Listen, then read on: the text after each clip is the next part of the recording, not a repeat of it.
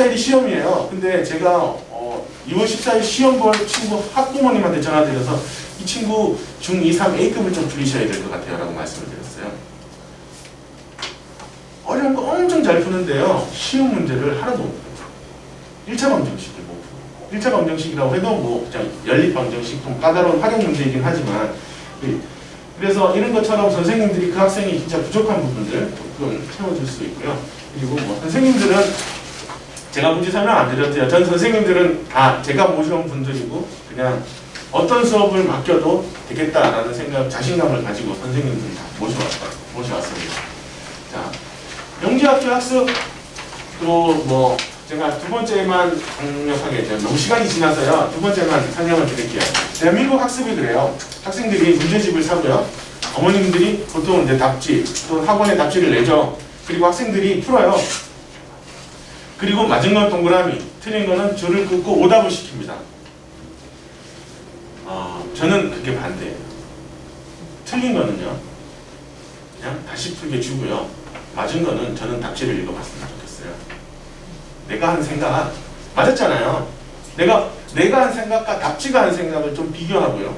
그 다음에 누가 더 나은지, 어떤 부분이 장점인지를 조금 해야 돼요. 내가 100문제 중에 한 문제를 풀었는데 그 한 문제는 온전히 내 생각으로 풀었잖아요. 비교를 하더라도 내가 거기서 얻을 수 있는 게 훨씬 많아요. 나머지 99문제는 오답시키면 사실 아이들이 다 똑똑해요. 머릿속에 기억이 돼요. 솔직히 말해 여기 A급 다 푸셨죠 대부분. 그래가지고 A급 풀리잖아요. 우리는 A급을 잘 풀어요. 근데 A급에 있는 문제를 살짝 바꿔서 풀려보면요 못 푸는 아이들이 대다수예요. 그 이유는 제가 생각했을 때 그런 시스템 속에서 아이들이 아마 외우지 않았나 라고 생각해요. 영재학교는요 외우면 안 돼요. 아까 보셨죠? 1차 방정식도요 1차 방정식이 아닌 것처럼 이상하게 활동형 문제들로 바뀌어 있는데 내가 1차 방정식을 잘 푼다고 해서 풀 수 있는 문제는 아니거든요. 그렇기 때문에 그렇게 필요하고요. 그래서 꼭 필요한 건 반성이라고 생각을 하고요. 두 번째가 문제를 정확하게 이해해요. 학생 저한테 야간에 질문을 하러 왔어요. 그래서 선생님 저 이 문제를 잘 못 풀겠어요 라고 하면 저는 되물어봐요. 이 문제는 뭘 물었냐라고. 그래서 이 문제는 그럼 학생이 문제를 다시 읽거든요. 근데 대부분 학생들이 문제를 못 풀 때 어머님들 집에 가서 문제를 다시 읽어봐. 가르쳐주지 마세요. 그냥 문제를 다시 읽어. 아이들 입장에 좀 짜증날 수는 있는데요. 그렇게 한 3번 정도 하면요 아이들이 갑자기 라고 하면서 문제를 푸는 경우가 대다수예요. 저희 애들도 그러는 걸 보니까 그렇더라고요. 그래서 사실은 우리나라에서 빠져있는 건 문제를 정확하게 이해, 반성이에요. 그렇죠? 해결하고자 하는 방향 문제풀이는 어느 정도 하는 학습들이니까요. 그래서 조금 그런 부분들에 있어서 변화를 주면 영재학교 학습을 하는데, 그리고 나중에 내 문제를 푸는 시간이 많이 줄여요. 처음에는 엄청 오래 걸릴 건데 나중에는 문제 푸는 시간이 결론적으로는 단축된다라고 생각을 해주시면 되고요. 그래서 뭐 이런 생각 저런 생각을 하니까 문제에 대해서 사고의 유연성이 길러지는 건 사실이겠죠. 아까 전처럼 그래프가 그려져 있는데도 불구하고 정수 생각을 해야 되고요.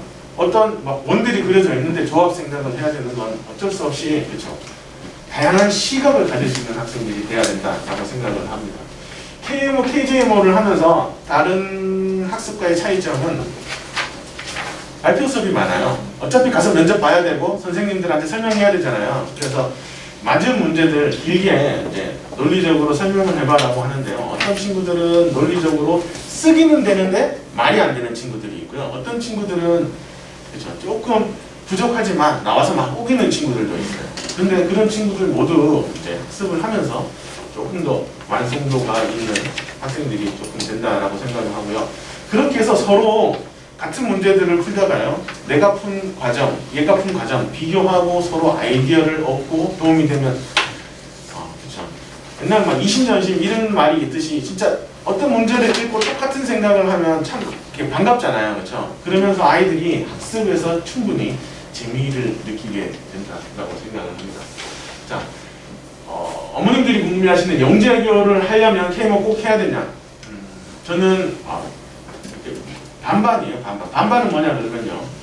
완전 푹 빠져서 막 열심히 꼭 상을 받아야 될 정도로 할 필요는 없어요. 그런데 이 KMO라는 과정에서 배우는 것들이 많아요. 그렇기 때문에 이게 학습적으로 뭐 어떤 이론을 알아 이런 것들보다요. 내가 생각하는 훈련이 되고 그 다음에 주장하는 힘이 길러지거든요.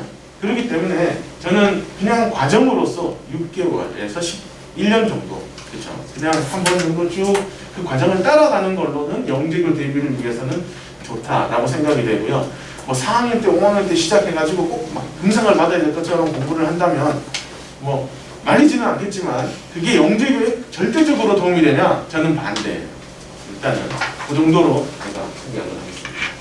자, 여기 뒤쪽에 이제 영재교 프로그램들이고요. 아까 SA1, SA2반 있죠? 여기 보면 수학과 기본, 수학과 실력, 실력 기본, 실력 기본 이렇게 펼쳐져 있어요. 그래서 기초 이론 화목, 화학, 토요일은 고정되어 있고요. 선행은 이렇게 맞는 요일에 나와서 하는 총 4일짜리 프로그램이에요.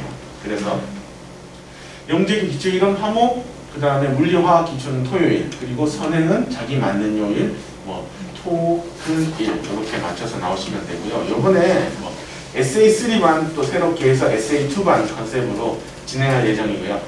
SA2반 같은 경우는 그럼 얘들은 끝나고 뭐 하지? 이 친구들은 끝이 있잖아요. 내년 5월 영재교 입시. 근데 이 친구들은 계속 쭉 가냐?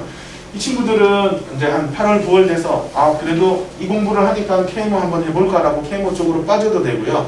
아니면은 요 컨셉대로 그대로 쭉 진행이 돼서 수학과 밸런스 있게 진행이 돼도 되고요. 아니면은 완전히 아까 제가 말씀드린 4일은 그냥 조금 무난한 영재교들이었잖아요. 아니면 서울, 경기, 한국 정도의 영재교를 노려보기 위해서 그 프로그램들은 7일, 여전히 7일입니다. 그 7일로 푹 빠져도 봐도 되고 그렇게 이제 충분히 이제 뒤쪽은 펼쳐져 있는 상태니까요. 그다음 지금 보면 이제 뭐 영재교 KMO 이렇게 해서 저희 진행되고 있고요. 모의고사가 이제 8월 원래 5월 9일이 시험이었었는데 일단 연기가 돼가지고 계속해서 모의고사 진행이 되고 있습니다. 전체적으로 이제 매년 어떻게 진행이 되고 있냐면 영재교 끝나면 영재교 같은 친구들은 캠프 대비하면서 선행학습하고요. 나머지 친구들도 이제 보여지는 표대로 SA1 같은 경우는 특별한 게 8월에 끊기고요. 수원 기본 할 친구들은 하루를 더 해야 돼요. 나머지 원래 하던 요일에는 생명과학, 지구과학이 들어갈 자리여서 이렇게 수학 이틀, 과학 이틀, 4일짜리 프로그램이고요. SA2 같은 경우도 이쯤에서 이제 KMO 실전으로 넘어가도 되고요. 그대로 유지하면서 진행을 할 수 있습니다. 여기 AP반들이 이제 KMO에 집중하고 있는 반들이에요. 그래서 좀 A반 같은 경우가 원래 이제 KMO에서 전체적으로 다들 수상을 노리고 있는 반들이라고 생각을 해주시면 되고요. P1, P2 같은 경우는 이제 KMO를 한번 일단 경험해보기 위해서 온 친구들입니다. 아무래도 파이반의 장점은 KMO반에 갔다가 안 되면 어떡하지예요. 근데 여기서는요, KMO반에 오는 것도 KMO반에서 정규반에 가는 것들도 다 일단 유기적으로 연동이 되고 있기 때문에 선생님이 계속해서 밸런스 맞춰져서 가다 보니까 크게 뒤처짐 없이 그냥 두 번 정도 경험하시고 우리의 성향을 파악하시는데 도움이 되지 않을까 생각이 듭니다. 다소 아쉬운 부분 아까 처음에 말씀드렸던 것처럼 여기 이제 과영반 과학이에요. 이게 이제 영재교 물리화학이라고 해서 SA1반 수업이고요. 물리1, 화학1. 이 친구들은 아직 시간이 있다 보니까 그냥 카테고리 그대로 물리1, 화학1이라는 이름으로 수업을 진행을 해요. 이 둘은 분명히 차이가 있어요. 여기는 물리1, 화학1을 통째로 하는 수업이고요. 여기는 물리화학 중 영재교 입시에 영향을 받는 내용들만 따로 정리를 해서 하는 수업이에요. 그러다 보니까 이번이 진도가 조금 더 빠른 편이고요. 저희가 지금 이제 물리 올림피아드, 화학 올림피아드 시즌이다 보니까 진행되고 있는 수업은 이 두 가지 수업입니다. KJMO 파이널도 이제 KJMO가 8월 29일 날 시험이에요. 8월 24일 날 시험이에요. 그날 이제 준비되고 있고요. 뭐 시간표들은 보시면은 뭐 월, 수, 토는 고정이고요. 이제 요거 선택하시는 분들. P2 같은 경우는 KMO가 이제 줄을 이루고 있어요. 그래서 이런 차이점이 있다라는 것 정도 확인해 주시면 되겠습니다. 오늘 혹시 인사고나 아니면 과학고 쪽으로 또 따로 이렇게 좀 문의가 있으신 분은요, 좀 남아서 질문해 주시고요. 그러다 보니까 조금 이제 과학이 저희가 조금 소홀했던 것 같아요. 그래서 혹시라도 진도가 너무 안 맞으신 분들은 뒤쪽에 중등부 과학이 있거든요.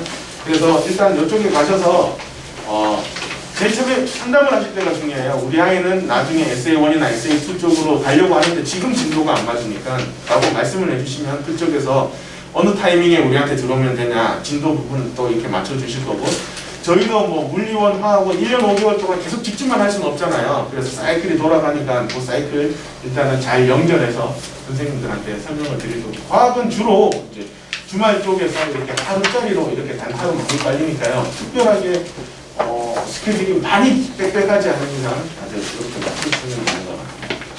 제가 오늘 목표가 1시간 반이었거든요. 질문까지 1시간 반이었는데 참 힘드네요.